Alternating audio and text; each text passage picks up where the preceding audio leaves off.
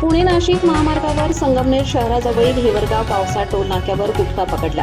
एकूण 69,79,470 रुपये किमतीचा मुद्देमाल पोलिसांनी जप्त करत तिघांना घेतले ताब्यात.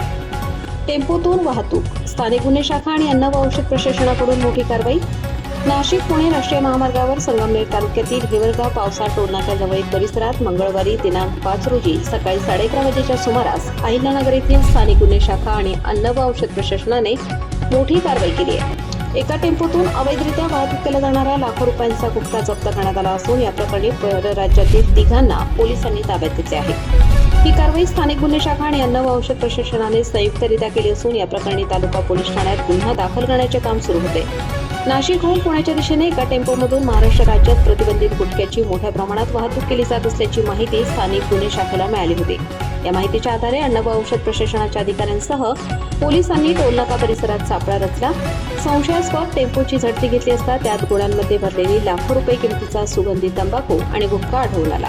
या प्रकरणी टेम्पोतील तिघांना ताब्यात घेण्यात आले असून ते राजस्थान आणि उत्तर प्रदेश राज्यातील रहिवासी असल्याचे प्राथमिक तपासात निष्पन्न झाले आहे. अहिल्यानगर येथील स्थानिक गुन्हे शाखा आणि अन्न व औषध प्रशासनाने संगमनेर तालुक्यात गुटखा जप्तीची कारवाई संयुक्तरित्या केली. यात गुटखा आणि चारचाकी वाहन, मोबाईल असा मिळून एकूण 69,79,470 रुपये किमतीचा मुद्देमाल पोलिसांनी जप्त करत तिघांना ताब्यात घेतले आहे. या प्रकरणी तालुका पोलीस ठाण्यात तक्रार देण्याची कार्यवाही सुरू आहे, असे अन्न व औषध प्रशासन विभागाचे अन्न सुरक्षा अधिकारी प्रदीप पवार यांनी सांगितले. महाराष्ट्रात गुटखा बंदी असतानाही छुप्या मार्गाने होणाऱ्या या तस्करीवर या कारवाईमुळे मोठा लगाम बसला आहे. या गुटख्याचा मुख्य मालक कोण आणि हा साठा कोठे पोहोचवला जाणार होता हे देखील पोलीस तपासात समोर येईल. राजसत्ता न्यूज ब्युरो, संगमनेर.